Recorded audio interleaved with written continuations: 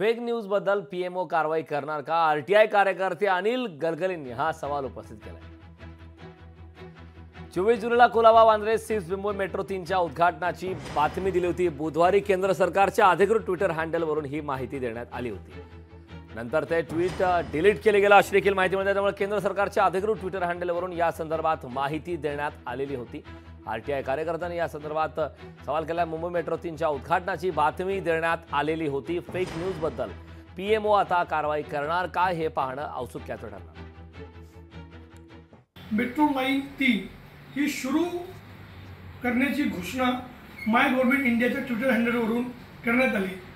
जुलै 2024 अशी तारीख सुद्धा निश्चित करण्यात आली। या ट्विट नंतर भाजपा नेता विनोद तावडे असून देत किंवा अन्य मान्यवर यांनी सुद्धा त्याला ट्विट करत एक प्रकारे आनंद व्यक्त केला।